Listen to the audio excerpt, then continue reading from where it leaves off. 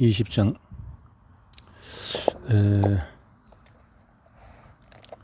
나쁜 습관과 좋은 습관 만들기. 젊었을 적에 나는 사람들과 얘기하는데 상당한 애를 먹었다. 처음에 나를 아는 사람이라면 웃을 테지만 사실이다. 나는 태어나기를 내성적인 사람이다. 처음 만나는 사람과 대화하는 게 특히 어려웠다. 내가 가진 또 다른 문제점은 갈등을 처리하는 방식이었다. 나는 갈등을 피하거나 제거하려고 무슨 짓이든 했다. 그래서 동네 밖으로 나갈 때에는 의도적으로 이런 실험을 시도하곤 했다. 나는 낯선 남자와 여자에게 먼저 들어가서 잡담을 나눌 것이다. 갈등을 일으키는 일이 있더라도 나는 나를 옹호할 것이다. 아무도 나를 모르고 아무도 나를 다시 볼 일이 없이 낯선 것이라면 편한 마음으로 완전히 새로운 성격이 되어서 볼 수 있다. 나는 이 실험을 게임 삼아서 자신과 경쟁할 것이다. 나는 이 게임으로 훈련하면서 낯선 사람과 편안하게 이야기하고 자신감을 채웠다. 이후로 갈등을 일으킬 필요는 없지만 갈등을 피하려고 뒷걸음질할 필요도 없었다. 나는 이 시도가 몸에 배인 좋은 습관이 되어 삶을 더 나게 하리라는 것을 알았다. 우리가 앞에서 얘기한 자기 배려적인 태도와 행동에서 또 선행과 몸에 밴 순수한 습관으로도 볼 수 있다. 자신에게 부정적인 자기 대화, 예를 들어서 항상 자기를 비난하고 항상 자신에게 바라는 기대치가 낮다. 그렇다면 그런 습관이 있다면 멈춰서 어떻게 이것이 습관이 되었는지를 상상해봐라. 언젠가부터 오랫동안 꾸준히 해왔기 때문에 습관이 되었을 것이다. 무엇인가를 계속 하다 보면 자연스러워져서 자신의 일부가 된다. 그것이 습관이 된다.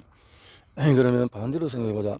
나쁜 습관을 만드는 방식이 어든 이렇다면 좋은 습관을 만들 때도 같은 방법을 사용할 수 있지 않을까?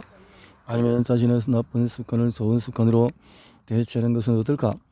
심지어 나쁜 습관이 좋은 습관을 촉발할 수 있도록 할 수는 있지 않을까? 하루아침에 바뀌진 않겠지만 어떻게 이런 사고가 방식이 작동할지를 생각해보자. 우선 자신을 연구해야 한다. 자신을 실험 대상으로 여기는 과학자가 되어야 한다. 나쁜 습관이 얼마나 자주 오는지 자신을 지켜보자. 구체적으로 어떤 상황이 나쁜 습관을 끌어내는가. 이것이 첫 번째 단계인 인식이다. 나쁜 습관이 몸에 배었을 때 주의 깊게 자신을 살펴보면 그 습관이 튀어나오는 횟수에 깜짝 놀랄 수 있다. 두 번째 단계가 핵심이다. 어떤 사람들은 자기 습관을 전혀 의식하지 못한다.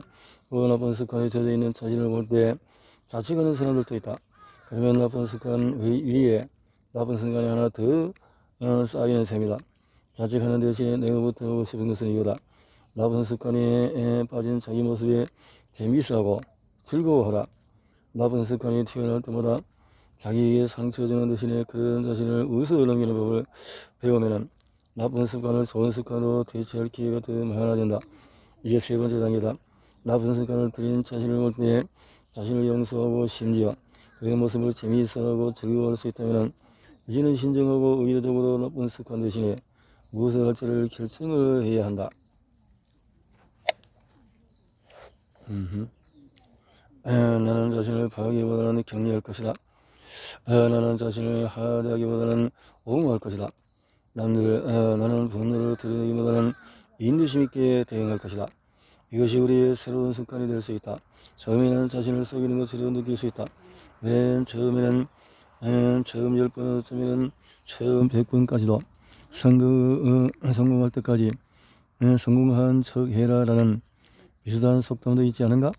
스스로 그렇게 느껴도 괜찮다고 포용하고 실패해도 괜찮다고 다독이자 늘 효과가 있지는 않을 것이다. 특히 처음에는 하지만 계속해야 한다. 새로운 습관을 삶의 일부로 만들면 그 습관이 자신의 일부가 될 것이다.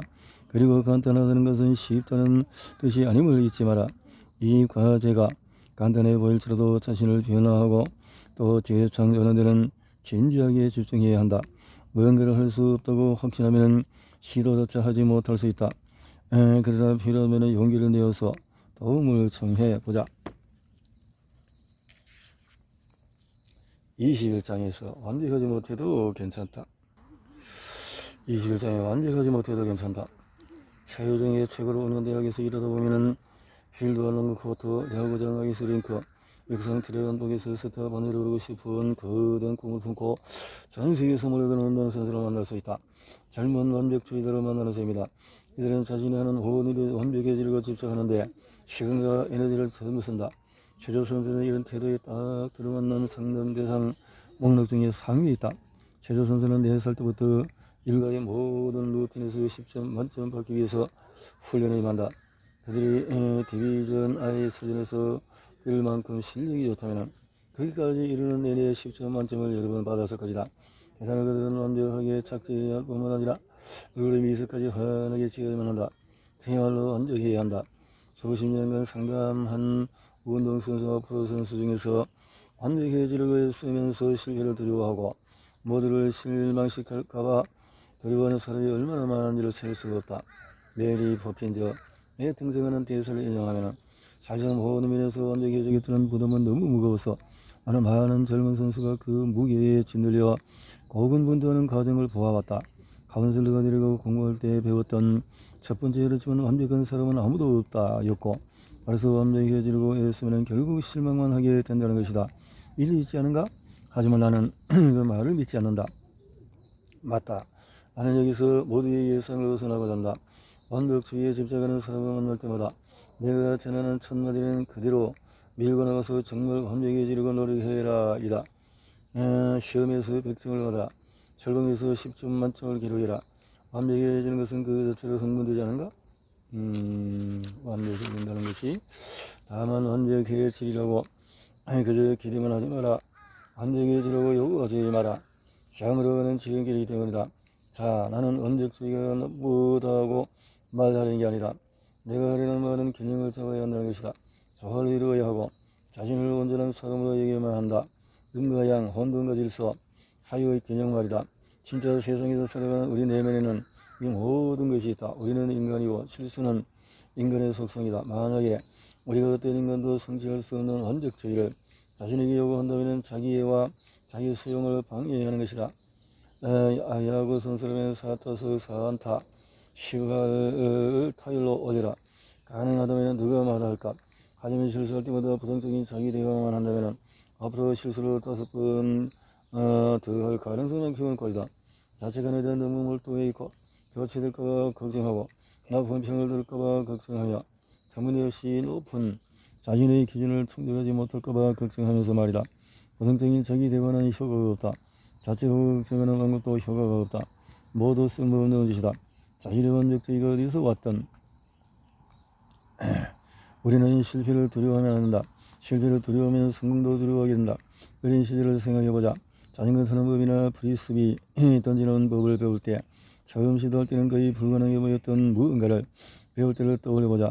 4살 어린 아버지에게 자전거 타는 법을 배우면서 아버지가 밀던 자전거를 손에서 놓았을 때 자신이 거리 우스워질까봐 걱정했는가? 아니다. 우리는 넘어지는 것만 걱정했다. 그리고 정말로 넘어져서 땅바닥에 꼬꾸라졌다. 하지만 곧 일어나서 먼지를 툭 들고 다시 페달을 밟았다. 그렇게 마침내 혼자서 자전거를 탈 때까지 수십 번 넘어졌을지도 모른다. 그렇다면 이제 어린이는 우리는 왜 실패를 그토록 두려워할까? 나는 바보처럼 보이고 싶지 않아. 남에게 좋지 않은 평가를 받고 싶지 않아. 그런 생각은 멈춰라. 당장 집어치워라. 실패는 삶의 일부에 불과하다. 실패에 압도당해서는 안 된다. 실패를 계기로 성장하고 발전해야 한다. 무엇이 효과가 있고 효과가 없는지를 배울 기회로 여기라. 실패한 다음에 다시 가늠하고 시작해라. 자신에게 또한 우리에게 인정받으려고 애쓰는 다른 사람들에게 비현실적인 기대를 품는 것을 멈춰야 한다. 그리고 다른 사람이 내게 실망할까봐 걱정하는 것도 멈춰야 한다. 완벽주의자들은 이 두려움에 사로잡힌 나머지 다른 사람들도 자기 문제에 몰두하느라고 타인을 생각조차 하지 않는다는 사실을 잊어버린다. 다른 사람들을 실망시킬까봐 걱정할 때 정작 자신에게 실망하는 사람은 보통 자신뿐이다. 나는 여전히 완벽주의자가 좋다. 그대로 보면 즐겁다. 완벽주의적인 당신에게 내가 완벽주의에 엎드리지 말고 완벽주의 자체를 재미있게 여기고 그 집착을 즐겁게 행하는 법을 가르칠 수 있다는 말이야. 그렇다면 나는 가능한 완벽주의가 되도록 노력하려고 격려한다. 항상 완벽을 이룰 수 없음을 알면서 완벽을 추구하는 것은 굉장한 경험일 수 있다. 이기든 지든 비기든 100%의 시간과 100%의 노력을 쏟아붓는 것, 그것은 극명한 집착이다. 실패가 들었다면 성공도 두려울 것이다. 22장에 단기 기억의 가치. 미시간 대학에는 훌륭한 코치가 몇 분 있었다. 보스캔 버클러의 풋볼팀은 20년간 13번의 빅텐 타이틀을 거머쥐었다. 존 베빌라이는 미시간에 오기 전에 다른 세 학교에서 전미대학 체육협회 토너먼트까지 오르게 했고, 미시간 울버린스 팀을 5년 만에 2번이나 챔피언십 결승전까지 진출시켰다.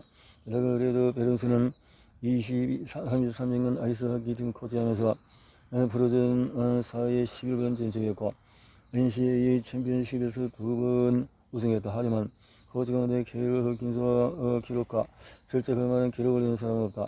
감히 근처에 들어가지 못한다. 35년간 미시간 대학 소프트볼 팀 코치를 하면서 허치는 미시간 대학 스포츠의 남녀 종목 통틀어 어떤 코치보다도 수많은 승리를 거머쥐었고 1500승 이상, NCAA 역사상 어떤 소프트볼 코치보다도 압도적인 우승을 기록했다. 게다가 그녀는 농담이 아니라 내가 만난 사람 중에서 가장 두려운 사람이다. 짐 하버, 키 190, NFL 14전을 뛰었는데, 또 주한 하워드, 키가 2m 15에서 NBS 19 시즌을 뛰었다를 포함해서 현재 우리의 대학의 코치들을 한 방에 몰아넣는다면 한적 교수 먼지를 더 그들며 문 밖으로 걸어나올 사람은 단연코 케일 허친스다. 허치에게 전화가 올 때마다 나는 전화를 받으면서 혼자 말한다. 투수 때문일 거야. 그리고 대부분 내 짐작이 옳았다. 투수가 하는 일을 생각해보라. 야구든 소프트볼이든 모든 것은 투수의 머릿속에서 시작한다. 그리고 투수의 결정이 사실상 게임 전체에서 일어나는 모든 사건을 지배한다. 물론 포수가 이 투구의 유형과 어느 쪽으로 던져야 하는지 사인을 주지만 그 후에 모든 선수는 투수의 결정에 달린다. 타자와 포수와 외야수도 심지어 심판과 경기장의 모든 팬도 기다린다. 그들 한 사람이 정확히 언제 어떻게 정지 상태에서 갑자기 격렬하게 움직일지를 지켜보고 있다. 모든 것은 투수의 머릿속에서 던져라고 말하는 작은 목소리에서 추구한다. 일단 투수가 움직이면 모두가 그에 따라 반응한다. 저는 이래서 자신을 심각하게 믿지 못하는 소프트볼 투수와 이야기할 때 나는 아이디어 하나에서 시작한다. 데이터를 살펴보자. 데이터는 이 시점에서 너의 모든 기록이자 지금까지 내가 치렀던 훌륭한 게임들이며 애초에 허킨스 코치가 널 뽑은 이유이기도 하지. 데이터는 내가 유능하고 자격있고 괜찮은 선수라는 것을 증명해 보일 거야. 코치가 너를 잘못 알고 있다고 내게 말하는 게 아니라면 말이야. 그러니 이제 남은 것은 내 믿음이야. 내가 마운드에 섰을 때 자신에게 뭐라고 말할지에 관한 것이지. 이는 소프트볼이나 다른 스포츠를 넘어서 널리 적용되는 삶의 교훈이다. 이 교훈은 우리가 자신을 어떻게 대할지, 자신에게 뭐라고 말할지, 자신의 안에서 무엇을 믿을지에 관한 것이다. 우리가 공을 던진 후에 그 공이 어디로 나아가는지를 기반으로 우리의 자존감, 자기 이미지, 자긍심을 결정해서는 안 된다.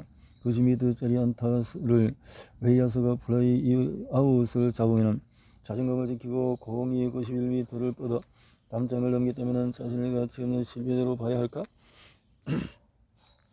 자신을 규정하는 방식이 이렇다면 반드시 바꿔야 한다.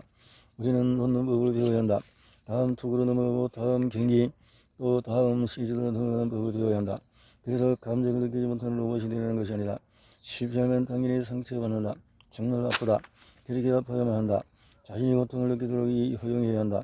나는 조금 전에 홈런을 내어줘서 마음이 아프다. 이미 일이 벌어진 것을 인정하고 잠시 비참한 기분을 허용할 것이다.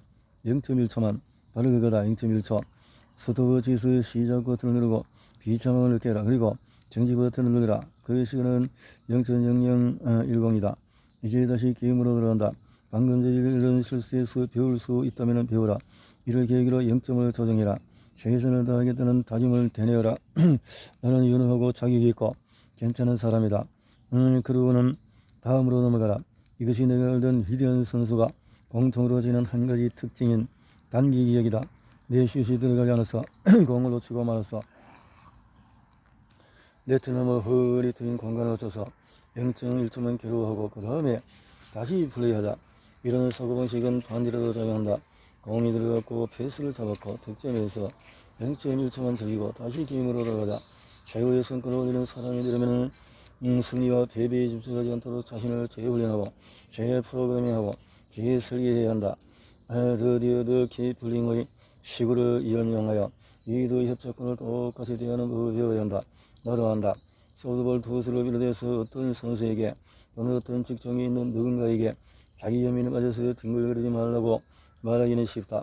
단기 기억의 가치를 알고 실패를 극복해서 그 과정을 반복하라는 말하기는 쉽다. 그래서 가끔 나는 한 단계 더 나아간다. 자책하고 자신이 싫어지고 자신을 안쓰럽게 생각하는 사람들에게 이렇게 묻는다. 그렇게 하는 게 당신에게 어떤 효과가 있나요?